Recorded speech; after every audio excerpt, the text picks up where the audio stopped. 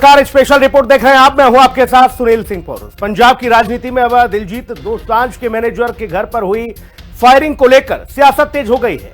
आम आदमी पार्टी ने इस मामले को लेकर भारतीय जनता पार्टी पर बड़ा हमला बोला है। आम आदमी पार्टी के नेताओं का आरोप है कि बीजेपी गैर भाजपा शासित राज्यों में माहौल खराब करने के लिए गैंगस्टरों और डर की राजनीति का इस्तेमाल कर रही है। हरपाल सिंह चीमा, हरभजन सिंह ईटीओ, कुलदीप सिंह धालीवाल के साथ ही दीपक बाली ने बीजेपी पर पंजाब विरोधी एजेंडा चलाने के आरोप लगाए हैं। आम आदमी पार्टी के नेताओं ने दावा किया है कि दिलजीत दोसांझ पर दबाव बनाने की कोशिश की गई और जब उन्होंने इनकार किया तो उनके करीबियों को निशाना बनाया गया, टारगेट किया गया।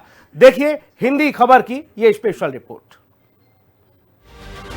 दिलजीत दोसांझ के मैनेजर के घर फायरिंग पर आप हमलावर। बीजेपी पर बिश्नोई गैंग के साथ मिलकर माहौल बिगाड़ने का आरोप।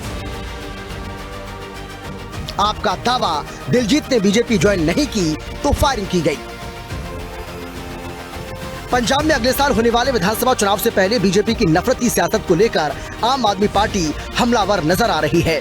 आपका आरोप है कि बीजेपी एक तरफ ईडी और सीबीआई जैसी केंद्रीय एजेंसियों का दुरुपयोग कर रही है तो दूसरी ओर गैंगस्टर्स और आईएसआई के गुर्गों के जरिए पंजाब का माहौल खराब करने की साजिश रच रही है।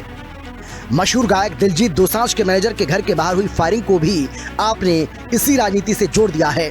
आपके राष्ट्रीय संयोजक अरविंद केजरीवाल ने सोशल मीडिया पोस्ट शेयर करते हुए सवाल उठाया, दिलजीत दोसांझ के मैनेजर के घर के बाहर गोलियां किसने चलवाई? ਧਮਕੀ ਦੇਣ ਵਾਲੇ ਪਤਾ ਨਹੀਂ ਕੌਣ ਜਿਵੇਂ ਗੋਲੀ ਚੱਲੀ ਉਹਦੇ ਘਰ।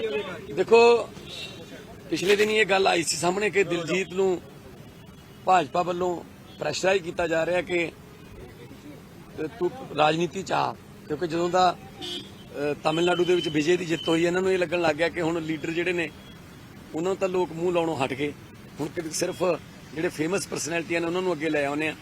ਤਾਂ ਦਿਲਜੀਤ ਹੋਰਾਂ ਨੇ ट्वीट करके भी कहा कि मैं तो एक आर्टिस्ट हाँ, मैं तो अपना काम इंजॉय कर रहा, मेरा काम मैं इंटरटेनमेंट करना।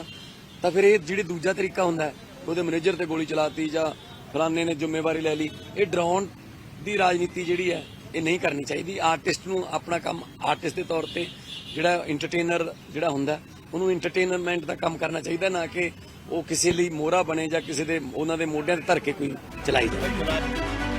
वहीं पंजाब के वित्त मंत्री हरपाल सिंह चीमा ने आरोप लगाया कि बीजेपी लॉरेंस बिश्नोई गैंग के जरिए गैर भाजपा शासित राज्यों में कानून व्यवस्था बिगाड़ने की कोशिश कर रही है। चीमा ने दावा किया कि दिलजीत दोसांझ के बीजेपी में शामिल होने से इनकार करने के बाद उनके करीबियों को निशाना बनाया गया। क्योंकि थोड़े दिन पहला भारतीय जनता पार्टी ने दिलजीत दोसांझ जी ने कहा सीगा कि तुसीं बीजेपी शामिल हो जाओ, उन्होंने शरेआम इस इनकार कर दिता और उस बाद 2 दिन बाद ही उसके मैनेजर से हमला होना और जिम्मेवारी जो गुजरात च बैठा टैरोरिस्ट आ लॉरेंस बिश्नोई उन्हें लई आ। सो इतों पता लगता कि भारतीय जनता पार्टी जी वो गैंगस्टर का प्रयोग करके इस देश के जोड़े बड़े सैलीब्रिटी उन्होंने डरा रही है, इस देश के बड़े बड़े कारोबारी उन्होंने डरा रही है। सो द एंटी पंजाब चेहरा जो भारतीय जनता पार्टी का लंघा हो गया। लॉरेंस बिश्नोई गुजरात की जेल के अंदर आ, उस लॉरेंस बिश्नोई को प्रोटैक्शन किसकी आ?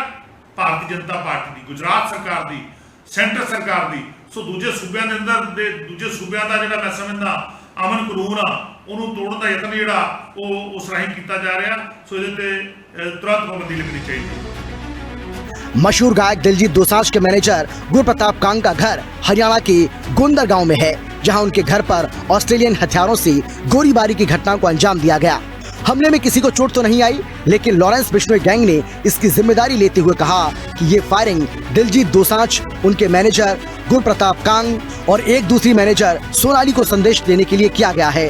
पंजाब के कैबिनेट मंत्री हरभजन सिंह ईटीओ ने भी इस मामले में बीजेपी पर जमकर हमला बोला और कहा कि पंजाब विरोधी भाजपा असल में गुजरात से ही रिश्वतखोरी और डराने धमकाने का रैकेट चला रही है। जैसे ही दिलजीत दोसांझ ने भाजपा से अपना नाता तोड़ना चाहा, उनके मैनेजर को लॉरेंस बिश्नोई गिरोह ने निशाना बना लिया। उन्होंने सवाल उठाया कि बिश्नोई गैंग बेखौफ होकर क्यों काम कर रहा है, क्योंकि भाजपा ने बिश्नोई को साबरमती जेल में पूछताछ से पूरी तरह बचा रखा है। उसे सुरक्षित रखा गया है ताकि उसका गिरोह उन पंजाबियों को डरा धमका सके जो उनके सामने झुकने से इनकार करते हैं।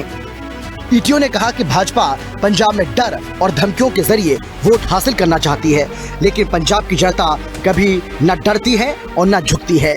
उन्होंने कहा कि पंजाब भाईचारे और मोहब्बत की धरती है।